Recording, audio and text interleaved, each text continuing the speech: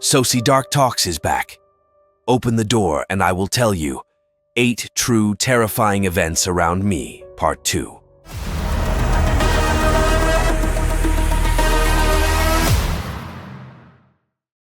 Story 5. Dark Halloween. On Halloween festival when I was 15 years old, I went through an unforgettable experience. It all started with the intention to explore and experience a bit of thrill on Halloween night. Dressed in devil costumes, my friends and I decided to wander around town, playing trick or treat and challenging each other with horror stories. As the night deepened, we dared to venture to a lake near the forest, rumored to be haunted. Locals said that at the bottom of the lake, the spirit of a woman who had drowned people on a Halloween night hundreds of years ago was lurking. The cold of the night made the atmosphere even heavier, and the moonlight seemed to turn gloomy. Arriving at the lake's edge, the darkness and fog combined to create a scene both beautiful and terrifying.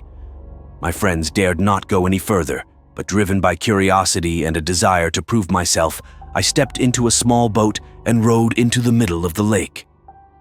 Before long, thick fog enveloped me. Sounds from the shore disappeared completely, leaving only the splashing of water under my oars.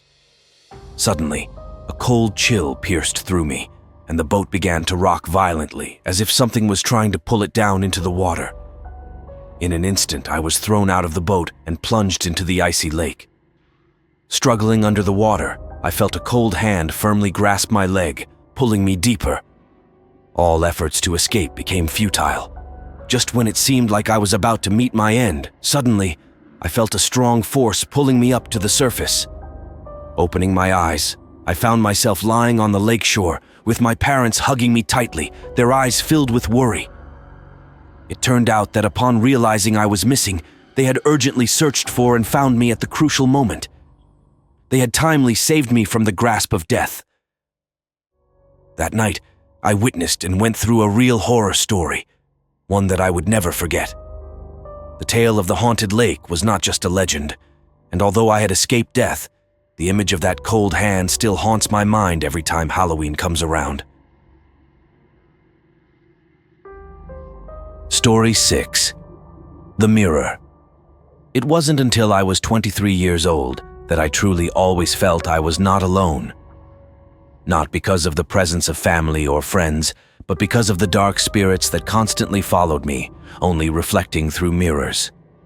I had learned to live with these ghosts, trying to ignore every whisper and sometimes scream from the other side of the reflection. One day, in an attempt to seek a sense of normalcy, my girlfriend and I went to the Mirror House in the local amusement park. There, amidst the convoluted corridors of my reflections, I encountered the demon that had been pursuing me for so long. In its eyes, I saw an invitation, a promise of power and liberation from the bonds of humanity. I was captivated, unable to look away. To my girlfriend's horror, I turned into a demon, with glowing red eyes and a twisted smile on my face. In a frenzy, I began smashing the mirrors around me, each shard being a challenge to the other world, a door opening for the evil spirit to permanently invade my human body. But just as I was about to complete the self-destructive ritual, my girlfriend, with tears in her eyes and a look of terror, approached me. In her hand was a blessed cross necklace, radiating bright light in the darkness. She gently placed it around my neck, and the light from the cross acted like a sword cutting through the darkness, driving away the evil spirit clinging to me. At that moment, I felt liberated. My body collapsed onto the floor, exhausted but free, while the dark spirits were drawn back into their world, no longer able to harm me. After that event, everything returned to normal because I was protected by my girlfriend's necklace. The origin and power of that necklace made me curious. I began seeking answers about myself, but still, no answers were given. Story 7. Devil's Hunts. On a night of a blood moon, I suddenly felt an unusual power take over me. As if hypnotized, I left the warmth and safety of my home, stepping into the vast darkness of the night. In my mind, there was only one thought: to hunt. I began chasing small animals, from rabbits searching for food in the night to field mice. Every time I caught my prey, I felt a strange satisfaction in drinking their blood. I no longer recognized myself. I had become something else, a creature of the night with an uncontrollable thirst for fresh blood. As dawn broke, I woke up in front of the gates of an ancient church with no memory of what had happened. My clothes were speckled with the fresh blood of the poor creatures that had fallen into my hands the previous night. Fear started creeping into my mind as I realized the horrific actions I had committed. The priest of the church, a seasoned and experienced man, showed no disgust upon seeing my condition, but instead invited me into the church. However, as I attempted to step inside, an invisible force, like a protective barrier around the church, prevented me from advancing any further. The priest said he could sense a tainted soul dwelling within me, and insisted that I needed to undergo an exorcism for liberation. Yet, within me, fear grew stronger. I was afraid of facing my true self, afraid of a power I could not control. Ultimately, I rejected the priest's offer, not because I did not desire freedom, but because fear had taken hold of my soul. I fled from the church, leaving the priest's calls behind, stepping into the ambiguity of an unclear future where I did not know how I would face myself. Story 8. Exorcism Session. The End. After battling with my fears for days, I decided to accept the priest's offer to participate in the exorcism ceremony. The ritual took place in a sacred forest near the church where the light of the moon shone down, creating a mysterious and tranquil scene. The priest prepared everything for the ceremony, from candles arranged in a circle to holy water placed all around.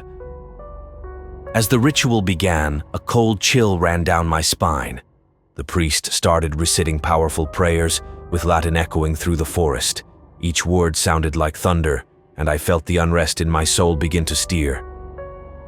At that moment, the figure of the demon Astaroth began to appear before me, a fearsome creature with fiery eyes and a mouth full of sharp teeth. It roared in anger but could not escape the circle of light that the priest had created.